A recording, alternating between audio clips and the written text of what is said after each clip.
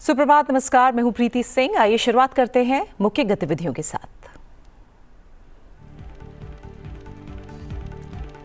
प्रधानमंत्री नरेंद्र मोदी का युवाओं को बड़ा तोहफा। 51,000 उम्मीदवारों को सौंपेंगे नियुक्ति पत्र। देश भर में अलग अलग जगहों पर होगा आयोजन। डाक विभाग और अन्य मंत्रालयों में होगी भर्ती। प्रधानमंत्री नरेंद्र मोदी वीडियो कॉन्फ्रेंसिंग के जरिए करेंगे लोगों को संबोधित।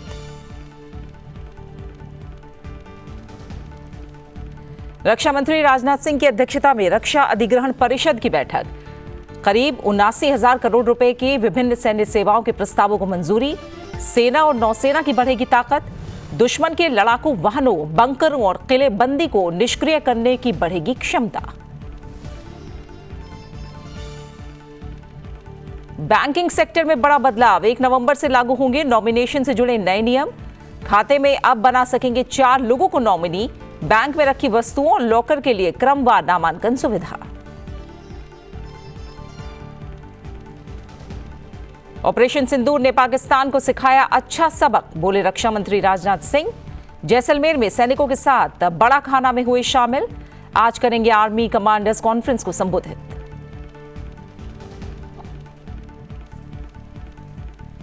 भारत को COP10 ब्यूरो का उपाध्यक्ष फिर चुना गया। स्वच्छ खेल के प्रति दोहराई प्रतिबद्धता। पेरिस स्थित यूनेस्को मुख्यालय में आयोजित हुई बैठक सत्र में 190 से ज्यादा सदस्य देशों के प्रतिनिधियों ने लिया हिस्सा। अजरबैजान को COP10 ब्यूरो का अध्यक्ष चुना गया।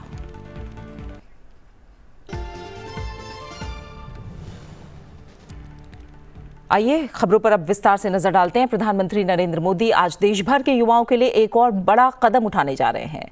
रोजगार मेले के 17वें संस्करण में 51,000 से ज्यादा उम्मीदवारों को सरकारी नौकरी के लिए वो नियुक्ति पत्र सौंपेंगे।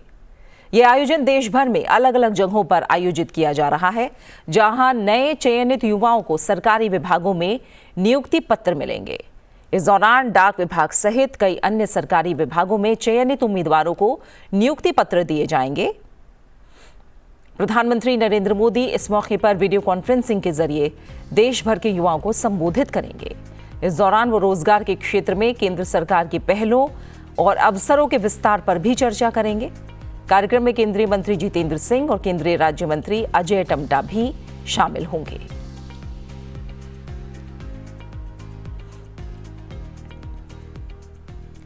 राष्ट्रपति द्रौपदी मुर्मू ने विकसित भारत के विजन को साकार करने के लिए समाज के हर वर्ग, विशेषकर सबसे कमजोर और हाशिए पर पड़े वर्ग के लिए समान अवसर उपलब्ध कराने की जरूरत पर जोर दिया है।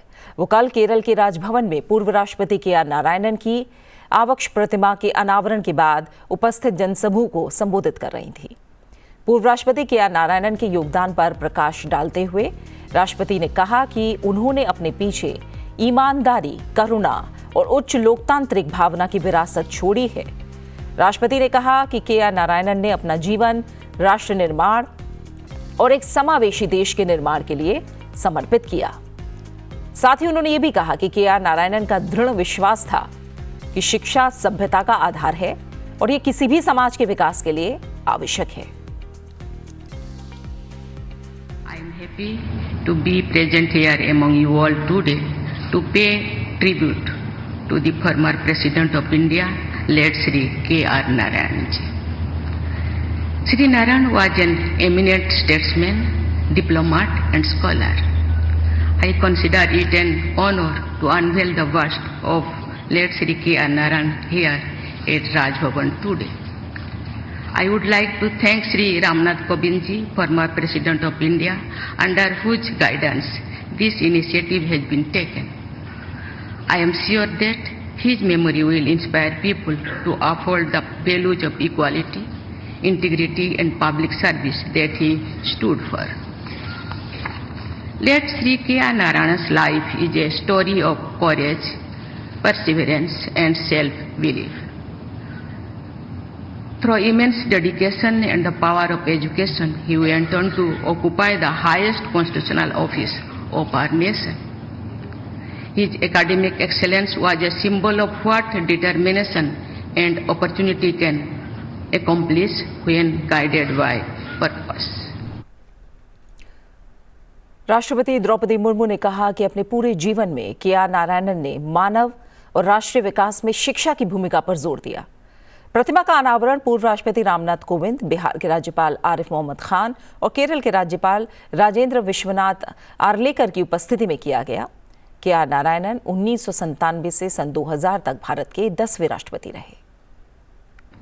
As our nation moved ahead to achieve the goal of Viksit Bharat, it is essential to ensure that all citizens, especially the weakest and most marginalized, get equal opportunities to realize their dreams. Shri K.R. Narayan has left behind a rich legacy of morality, integrity, compassion, and democratic spirit.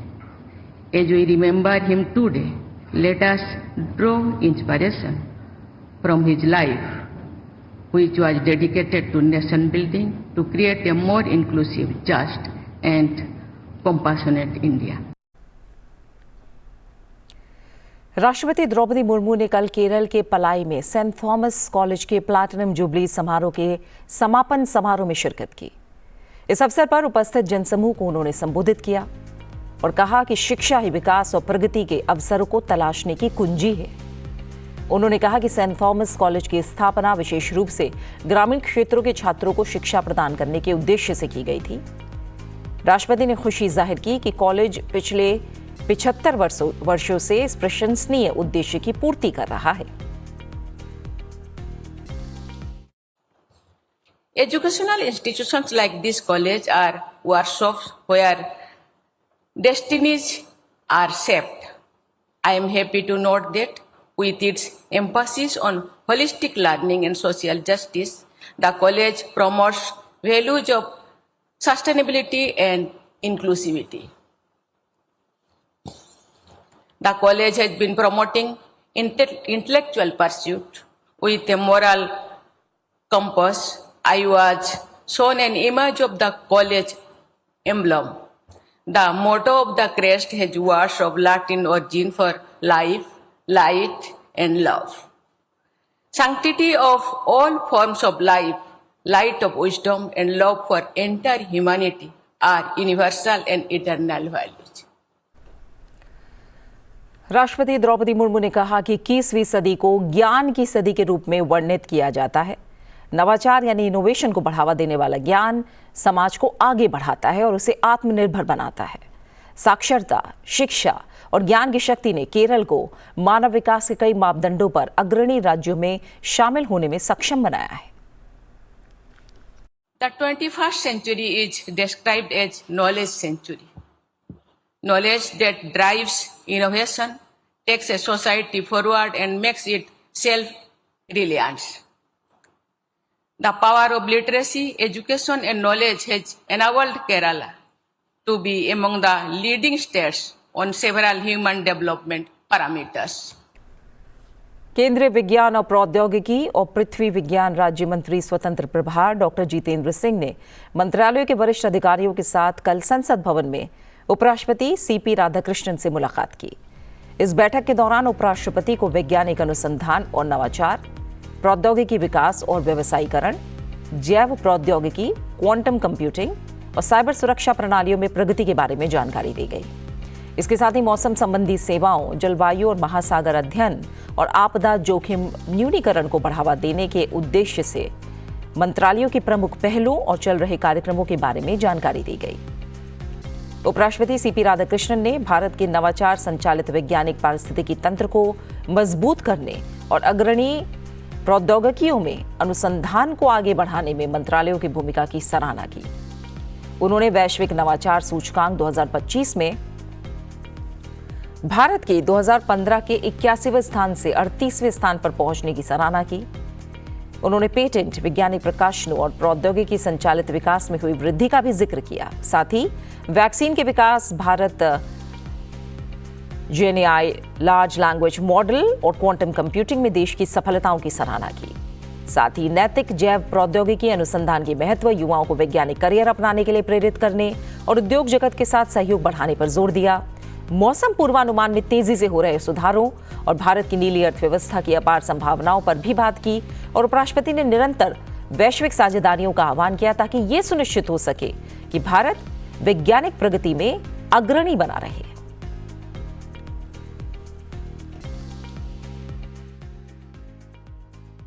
Operation सिंदूर के बाद पाकिस्तान को भारत की ताकत का एहसास हो गया है और अब वो किसी भी दुस्साहस से पहले 2 बार सोचेगा। उन्होंने ये बात गुरुवार को राजस्थान के जैसलमेर में सैनिकों के साथ बड़ा खाना के दौरान कही।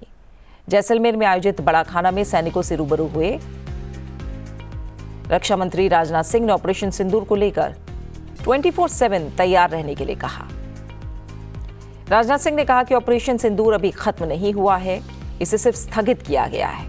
पाकिस्तान को जो सेना ने डोज दी है उससे लगता नहीं कि वो कुछ करेगा, लेकिन फिर भी हमें हर तरीके से हमेशा अलर्ट रहने की आवश्यकता है। साथियों, आज हम सब जिस स्थान पर यहाँ एकत्र हुए हैं, यह पूरा क्षेत्र अपने आप में कितना महत्वपूर्ण है कि आप सबको बतलाने की आवश्यकता नहीं है। बॉर्डर एरिया होने के कारण यह रीजन सेंसिटिव भी है। बीते कुछ वर्षों में सरकार ने बहुत ही बड़े स्तर पर बॉर्डर एरिया में डेवलपमेंट एक्टिविटीज को भी प्रारंभ किया है। अब जैसे जैसे इस क्षेत्र में विकास होगा, वैसे वैसे आप सबके लिए चीजें और आसान होती जाएंगी। एक और बात, यह क्षेत्र पाकिस्तान बॉर्डर के पास है, इसलिए बहुत ज्यादा कंफर्ट जोन में तो कभी नहीं आया जा सकता। हमें अलर्ट रहना ही होगा। हालांकि अभी कुछ दिन पहले ऑपरेशन सिंदूर के दौरान पाकिस्तान को ठीक ठाक डोज दे दिया गया है। अब कुछ भी हरकत करने से पहले वह 100 बार सोचेगा और अगर पाकिस्तान ने दोबारा कोई हरकत किया तो उसका परिणाम क्या होगा, यह पाकिस्तान को भी अच्छी तरह से पता है। क्योंकि ऑपरेशन सिंदूर साथियों अभी खत्म नहीं हुआ है, उसे सिर्फ स्थगित किया गया है। लेकिन फिर भी मैं ये कहूंगा कि हमें हर तरीके से हमेशा अलर्ट रहने की आवश्यकता है। इससे पहले उन्होंने जैसलमेर में भारतीय सेना की पहल पर बने शौर्य वन का उद्घाटन किया, जो थार मरुस्थल में पर्यावरण और नवाचार का प्रतीक है। इसके बाद उन्होंने जैसलमेर वॉर मेमोरियल में शहीदों को श्रद्धांजलि दी और वहां शुरू किए गए holographic light and sound show को देखा। इस शो में भारतीय सेना के पराक्रम का सजीव चित्रण किया गया। उन्होंने वॉर म्यूजियम में स्थित लोंगेवाला हॉल का भी अवलोकन किया और लोंगेवाला में लड़ी गई लड़ाई के बारे में दिलचस्पी के साथ जानकारी ली।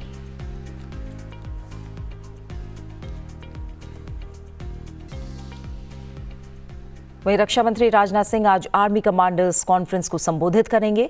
ऑपरेशन सिंदूर के बाद यह पहला मौका है जब इस तरह की कॉन्फ्रेंस का आयोजन किया गया है। इस कॉन्फ्रेंस में भारत की सैन्य तैयारियों की समीक्षा की जाएगी। भारत ने सेना की लड़ाकू क्षमताओं को बढ़ाने के लिए नाग मिसाइलों, युद्धक जहाजों और इलेक्ट्रॉनिक खुफिया और निगरानी प्रणालियों सहित करीब 79,000 करोड़ रुपए के हथियार और सैन्य साजो सामान खरीदने के प्रस्तावों को मंजूरी दे दी है। नई दिल्ली में रक्षा मंत्री राजनाथ सिंह की अध्यक्षता में रक्षा अधिग्रहण परिषद की एक महत्वपूर्ण बैठक में सशस्त्र बलों की युद्धक क्षमता और सामरिक तैयारियों को सुदृढ़ करने के उद्देश्य से लगभग 79,000 करोड़ रुपए के रक्षा अधिग्रहण प्रस्तावों को मंजूरी दी गई। बैठक में भारतीय नौसेना के लिए लैंडिंग प्लेटफॉर्म डॉक्स यानी LPD, 30 mm naval surface gun, advance lightweight torpedo, electro optical infrared search and track system और 76 mm super rapid gun mount के लिए गोला बारूद की खरीद को मंजूरी दी गई।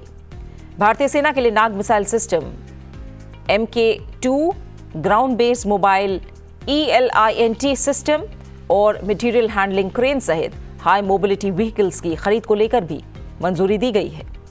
वायुसेना के लिए समन्वित लंबी दूरी लक्ष्य संतृप्ति विनाश प्रणाली और अन्य प्रस्तावों को मंजूरी दी गई।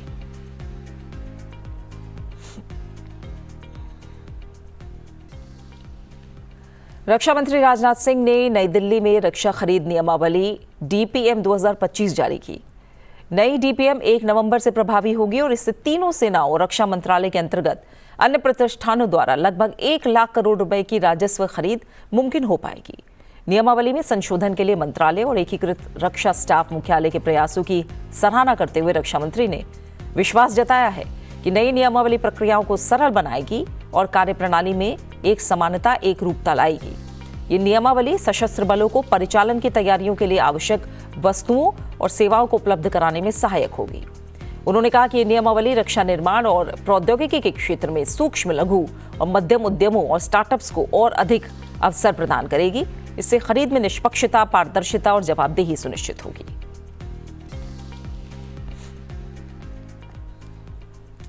वित्त मंत्रालय ने एक बड़ा ऐलान किया है। अब बैंक ग्राहक अपने खाते में एक नहीं बल्कि 4 नॉमिनी जोड़ सकेंगे। अक्सर नॉमिनी की मृत्यु होने के बाद भी काफी अकाउंट होल्डर नॉमिनी का नाम नहीं बदलवाते। किसी कारणवश अगर अकाउंट होल्डर की भी मृत्यु हो जाए तो अकाउंट में जमा रकम परिवार के सदस्यों को मिलने में काफी परेशानी होती है। कागजी प्रक्रिया पूरी करनी होती है। इससे कुछ दिन से लेकर महीने और 1 साल से ज्यादा का भी समय लग सकता है, लेकिन अब अकाउंट्स में जमा रकम को परिवार के सदस्य आसानी से ले सकेंगे। अब बैंक ग्राहक अपने खाते में एक नहीं बल्कि 4 नॉमिनी जोड़ सकेंगे।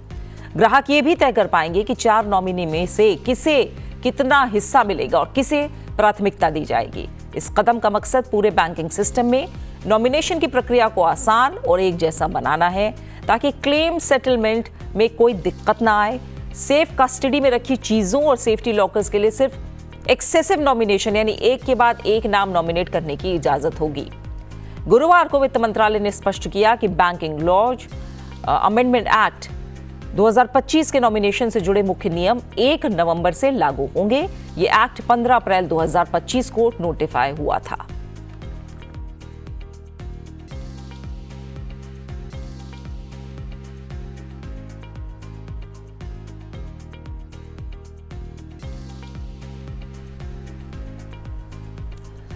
भारत को अंतर्राष्ट्रीय खेलों में डोपिंग के खिलाफ यूनेस्को कन्वेंशन की कॉन्फ्रेंस ऑफ पार्टीज यानी COP10 के ब्यूरो में एशिया प्रशांत क्षेत्र ग्रुप 4 के लिए उपाध्यक्ष के रूप में दोबारा निर्वाचित किया गया है।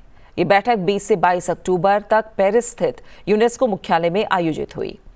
इस साल सम्मेलन ने इस कन्वेंशन की 20वीं वर्षगांठ का भी उत्सव मनाया, जो खेलों में निष्पक्षता और स्वच्छता को बढ़ावा देने वाला एकमात्र कानूनी रूप से बाध्यकारी अंतर्राष्ट्रीय साधन है।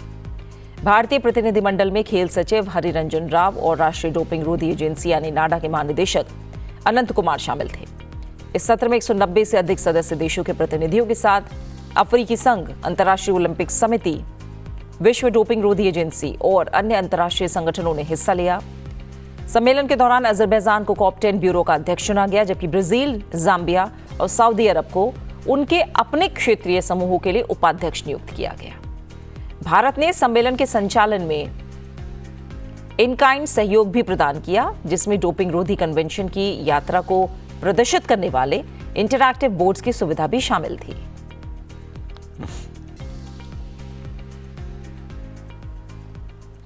उत्तराखंड में गढ़वाल हिमालय में स्थित भगवान शिव के धाम केदारनाथ के कपाट भैया दूज के पावन पर्व पर कल विधि विधान के साथ शीतकाल के लिए बंद कर दिए गए। अब सर्दियों में अगले 6 महीने तक भगवान केदारनाथ की पूजा उनके शीतकालीन प्रवास स्थल ऊखीमठ में की जाएगी। विशेष पूजा अर्चना के बाद बाबा केदार के कपाट सुबह 8:30 बजे श्रद्धालुओं के लिए बंद कर दिए गए। कपाट बंद होने के अवसर पर हर हर महादेव और बम बम भोले के जय घोष के बीच सैकड़ों श्रद्धालुओं के साथ उत्तराखंड के मुख्यमंत्री पुष्कर सिंह धामी भी मौजूद थे। कपाट बंद होने के बाद भगवान केदारनाथ की उत्सव डोली समारोह के साथ ऊखीमठ स्थित ओंकारेश्वर मंदिर के लिए रवाना हुई। रात डोली का प्रवास रामपुर में होगा, जबकि आज ये गुप्त काशी पहुंचेगी, जहां से 25 अक्टूबर को डोली अपने शीतकालीन गद्दी स्थल ओंकारेश्वर मंदिर पहुंचेगी। केदारनाथ मंदिर के कपाट अब अगले वर्ष अप्रैल मई में श्रद्धालुओं के लिए फिर खुलेंगे। इसकी तिथि और मुहूर्त महाशिवरात्रि के पर्व पर तय की जाएगी। इस वर्ष 17,57,380 श्रद्धालु बाबा केदारनाथ के दर्शन कर चुके हैं।